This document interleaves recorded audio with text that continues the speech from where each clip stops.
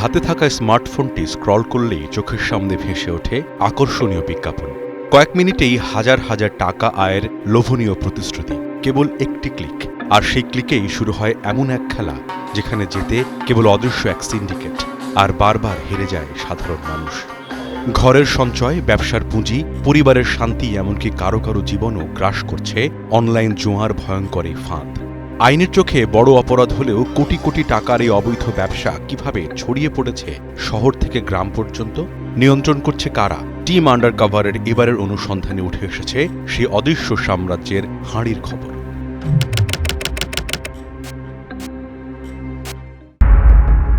চার বছর আগে সামাজিক যোগাযোগ মাধ্যমে একটি বিজ্ঞাপন বদলে দেয় মোহাম্মদ রিপনের জীবন। কৌতূহল থেকে একটি অ্যাপ ডাউনলোড করেন। প্রথমে কয়েকশো টাকা, এরপর কয়েক হাজার। শুরুতে ছোট ছোট জয়ের আনন্দ তাকে বিশ্বাস যোগায়, এভাবে হয়তো বদলে যাবে ভাগ্য। কিন্তু সেটিই ছিল সবচেয়ে বড় প্রতারণা। শখে শখে প্রথম খেলতাম, পরে দেখি না লাভের আশায় এই টাকা ইনকাম হইব।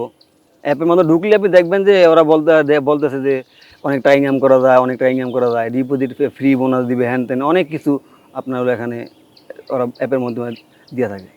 অনলাইন জুয়ার সবচেয়ে বড় আকর্ষণ এর সহজ লেনদেন। ঘরে বসেই মোবাইল ব্যাংকিংয়ের মাধ্যমে টাকা পাঠানো যায়। কোনো ক্যাসিনোতে যেতে হয় না, কাউকে চিনতেও হয় না। একটা ফাংশন আছে, ফাংশনের মধ্যে গেলে ওরা ডিপোজিটের অপশনটা আসে, অপশনের মধ্যে ওরা একটা নাম্বার দেয়, যে কোনো ইয়া থেকে আপনি টাকা ডিপোজিট করতে পারবেন। সর্বনিম্ন 100 টাকা আর সর্বোচ্চ 25,000 টাকা পর্যন্ত ডিপোজিট করা যায়। রিপনের দাবি, বছরের পর বছর নিজের ব্যক্তিগত মোবাইল নম্বর ব্যবহার করেই তিনি টাকা পাঠিয়েছেন বিদেশি জুয়ার প্ল্যাটফর্মে। অথচ কোনো পর্যায়ে বাধার মুখে পড়েননি। আজ সে রিপন আর ব্যবসায়ী নন, ব্যবসার পুঁজি শেষ হয়ে গেছে তার। বিক্রি করতে হয়েছে দোকানও। এখন অন্যের প্রতিষ্ঠানে চাকরি করে সংসার চালান তিনি। যে লোভ, মানুষে আজকে না হোক কালকে দিবে, আজকে না হোক কালকে দিবে, এটা করতে করতে করতে করতে আজকে এই পর্যায়ে আপনি সব টাকা, মানে আপনার যা পুঁজি ছিল সব হারাইছেন, সব শেষ। অনলাইন জুয়ার সবচেয়ে ভয়ঙ্কর ফাঁদ টাকা নয়, লোভ। প্রথমে ছোট জয়, এরপর বড় বাজিতে হার, তারপর ক্ষতি পুষিয়ে নেওয়ার চেষ্টা। একসময় সেটাই পরিণত হয় নেশায়। আসলে এগুলা কারোই খেলা ঠিক না। সরকারের মাধ্যমে হলেও এটা টোটালি ব্যান করে দেওয়া দরকার। রিপনের গল্প শোনার পর টিম আন্ডারকভার পৌঁছে যায় অনলাইন জুয়ানিদের একটি গোপন আস্তানায়। টিমের অনুরোধে একজন খেলোয়াড় আমাদের সামনেই শুরু করেন খেলা।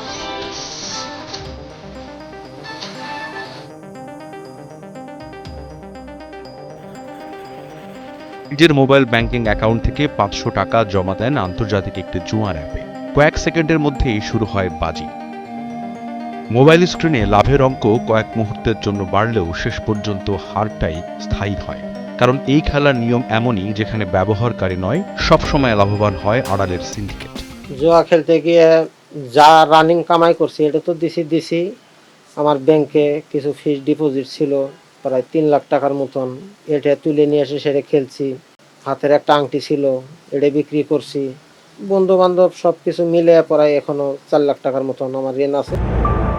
একজন নয়, একই গল্প আরো অনেকের। কেউ হারিয়েছেন সঞ্চয়, কেউ ব্যবসা, কেউ বন্ধুর কাছ থেকে ধার করা টাকা। অনলাইন জুয়ার নেশা শুধু অর্থ নয়, ধ্বংস করে সম্পর্ক। মাদকের থেকে এটা মানে বড় পর্যায়ে, এটা যারা ঢুকছে মানে সহজে বাইরে হওয়া যায়। কিন্তু এই অনলাইন জুয়ার বিস্তার কি শুধু মোবাইল অ্যাপেই সীমাবদ্ধ? রাজধানীর আদাবরে কিভাবে প্রকাশ্যে অনলাইন জুয়ার আসর বসায় একটি চক্র? সে আসরে পুলিশ হানা দেওয়ার পর কি ঘটল? আর অনলাইন জুয়ার নেশা কিভাবে ঠেলে দিচ্ছে মানুষকে আত্মহত্যার দিকে? সেসবও জানবো এবং জানাবো। তবে তার আগে নিচ্ছি ছোট্ট একটা বিরতি।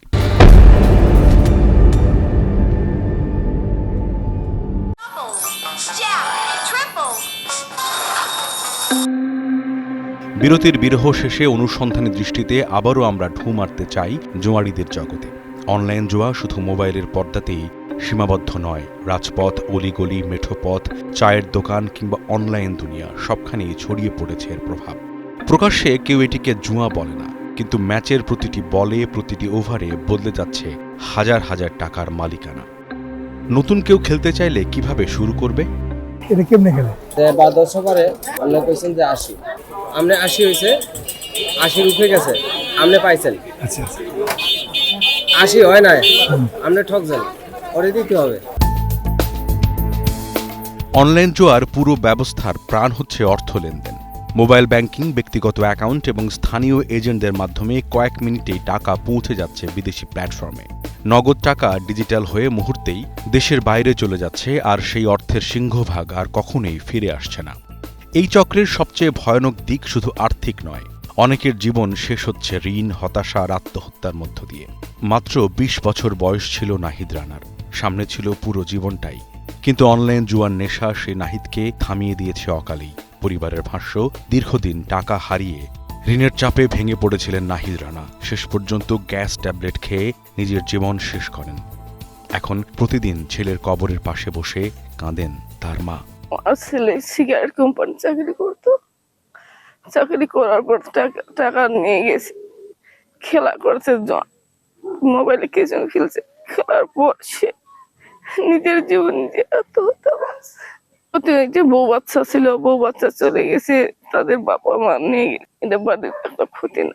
বউ খালি আমার সন্তান নাই, বউ মানে সন্তান নেই, তার নাতিপুতি কেউ নেই। আমরা চাই আর কোনো মার বুক যেন খালি না হয়, এভাবে অনলাইন জুয়া যেন বন্ধ করে দেয়। শুধু নাহিদ একা নন, এই ফাঁদে পড়ে চলতি বছরেই ৪ জন আত্মহত্যা করার খবর এসেছে গণমাধ্যমে। এছাড়াও হত্যাকাণ্ড ৪টি আর শত শত পারিবারিক সহিংসতার খবর প্রকাশিত হয়েছে। সেসব সংবাদের শিরোনামে চোখ বুলালেই বোঝা যায় কতটা ভয়ঙ্কর এই আসক্তি। আত্মহত্যাকারীদের মধ্যে আছে কিশোর, যুবক, প্রবাসী, এমনকি সরকারি চাকরিজীবীও। এই জুয়ার জন্যই বন্ধু খুন করেছে বন্ধুকে, স্বামীর হাতে প্রাণ গেছে স্ত্রীর, নাতির হাত লাল হয়েছে দাদির রক্তে। মানুষের মানবিকতা কেড়ে নেওয়ার পাশাপাশি দেশের অর্থনীতিকেও পঙ্গু করে দিচ্ছে অনলাইন জুয়া। এর মাধ্যমে প্রতি বছর দেশের কত হাজার কোটি টাকা বিদেশে পাচার হয়ে যাচ্ছে তার কোনো হিসেব নেই কোনো সংস্থার কাছে। তবে সঠিক হিসেব জানা না গেলেও পাচারকৃত টাকার পরিমাণ যে হাজার কোটি টাকা, সে আন্দাজ করা যায় সিআইডির দেয়া এক তথ্যেই। গত মে মাসে অনলাইন জুয়ার একটি চক্রকে আটকের পর সংস্থাটি জানায়, মাত্র এই একটি চক্রের হাতেই প্রতিদিন লেনদেন হতো প্রায় ২ কোটি টাকা, যার বড় একটি অংশ ক্রিপ্টোকারেন্সি ও হুন্ডির মাধ্যমে পাচার করা হতো বিদেশে। আর বর্তমানে সারা দেশে সক্রিয় আছে এমন হাজারো চক্র, আর তাদের সম্মিলিত পাচার করা অর্থের পরিমাণ পাহাড় সম। অনলাইন জুয়া পরিচালনা করা হয় এমনই এক চক্রের সন্ধান পেয়েছে টিম আন্ডারকভার। রাজধানীর মোহাম্মদপুরের আদাবর এলাকায় বিচরণ এই চক্রের সদস্যদের। প্রতিদিন বিকেল হলেই মোবাইল ফোনের মাধ্যমে অনলাইন জুয়ার আসর বসায় চক্রটি, আর জুয়া নিয়ে হামলা, সংঘর্ষ তাদের প্রতিদিনের কাজ।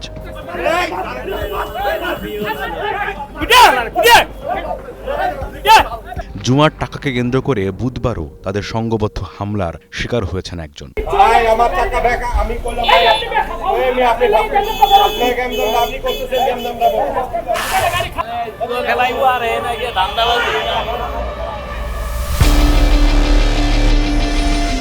টিম আন্ডারকভারের কাছে এই চক্রের সন্ধান পেয়েই দ্রুত ঘটনাস্থলে অভিযান পরিচালনা করে পুলিশ। আচ্ছা, এখানে কি হয়েছিল? একানো মোবাইলে খেলে, কি খেলা? ক্রিকেট বাদি ইসারা খেলে মারলি তোরা এখানে মিলে ইসারা মারছে। এরা তো নিয়মিতই খেলে। খেলে নাই তো একটা নাই গেছে গা, আমরা আবার বলি সব গেছে গা। তার নাম কি?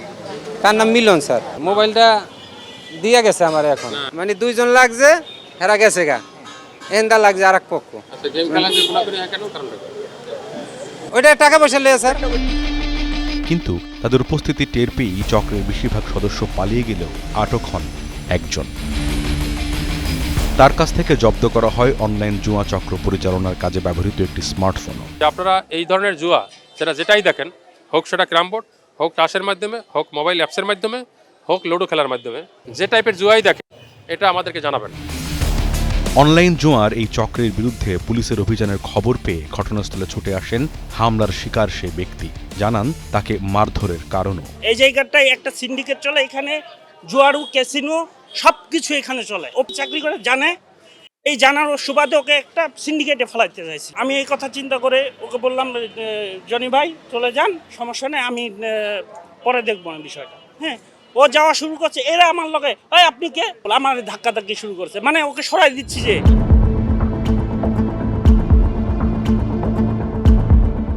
অনলাইন জুয়ার এই ভয়াবহ আগ্রাসন থেকে দেশ ও জনগণকে বাঁচাতে করণীয় কি বা পুলিশ কি করছে, সেসব কথা হলো পুলিশের অপরাধ তদন্ত বিভাগের এই কর্মকর্তার সঙ্গে।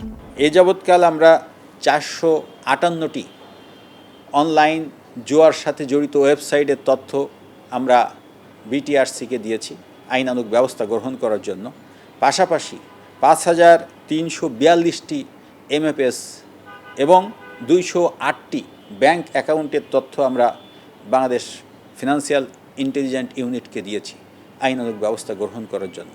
আমরা যেটি চাচ্ছি সেটি হচ্ছে যে এই যে নেটওয়ার্ক, অবৈধ জুয়ার যে টাকার প্রবাহ, ফিনান্সিয়াল ট্রানজ্যাকশানের যে নেটওয়ার্কটি, এটি ভেঙে দিতে আমি আহ্বান জানাবো যে আসলে এই যে টাকা পয়সা ইনকাম করার জন্য এদিকে যেন কেউ তরুণ সমাজ বা কোনো ব্যক্তি যাতে না ঝুঁকে যায়, কারণ এটি একটি বিপজ্জনক পথ এবং যেটি আইন দ্বারা আমাদের দেশে এটি নিষিদ্ধ করা হয়েছে এবং সর্বোচ্চ শাস্তির ব্যবস্থা কিন্তু এখন কদিন আগে সংসদে আইন পাশ হয়েছে আপনি জানেন।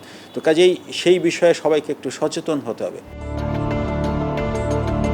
তবে তথ্য প্রযুক্তি বিশেষজ্ঞের পরামর্শ কার্যকর নজরদারি ব্যবস্থা গড়ে তোলার।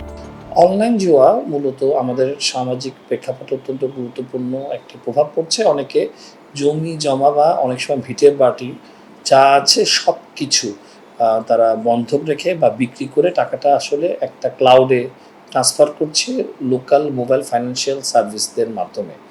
বাংলাদেশ ব্যাংকের যে ফাইন্যান্সিয়াল মনিটরিং ইউনিট আছে, এই সিমের রেজিস্ট্রেশনকৃত ব্যক্তিদেরকে আসলে ট্রায়াল করে আনতে হবে। তার মতে কর্মসংস্থানের অভাবেই ভয়াবহ রূপ ধারণ করেছে জুয়ার আসক্তি। সরকারকে অত্যন্ত সতর্ক হতে হবে। লোকাল পুলিশ শুধুমাত্র লোকাল সোর্সের মাধ্যমে জুয়াদেরকে ধরতে পারে, তাদের কিন্তু সার্ভেলেন্সের কোনো সিস্টেম নাই, সেই সিস্টেমটাকে ইন্টিগ্রেট করতে হবে।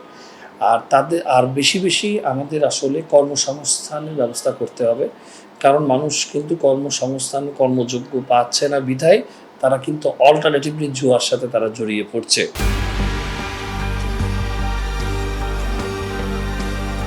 প্রযুক্তি যত এগুচ্ছে ততই বদলে যাচ্ছে অপরাধের ধরন। তবে কিছুটা হলেও আশার কথা যে অনলাইন জুয়ার ভয়াবহতা উপলব্ধি করেছে সরকার। তাই সংসদেই পাশ করা হয়েছে জুয়া প্রতিরোধ আইন 2026। সেই আইনে জুয়ার সঙ্গে জড়িতদের সর্বোচ্চ 10 বছরের কারাদণ্ড, সর্বোচ্চ 5 কোটি টাকা জরিমানা ও উভয় দণ্ডে দণ্ডিত হবার বিধান রাখা হয়েছে। তবে শুধু আইন কার্যকর করলেই হবে না। সামাজিক যোগাযোগ মাধ্যমে জুয়ার অবৈধ প্রচারণা বন্ধ করার পাশাপাশি প্রয়োজন পরিবার থেকে শুরু করে শিক্ষা প্রতিষ্ঠান পর্যন্ত সর্বস্তরে সচেতনতা বৃদ্ধি। কারণ একটি ক্লিকই হয়তো কয়েক সেকেন্ডের আসক্তি, কিন্তু সেই ক্লিকের মূল্য অনেকের জন্য হয়ে উঠেছে সারা জীবনের সর্বনাশ।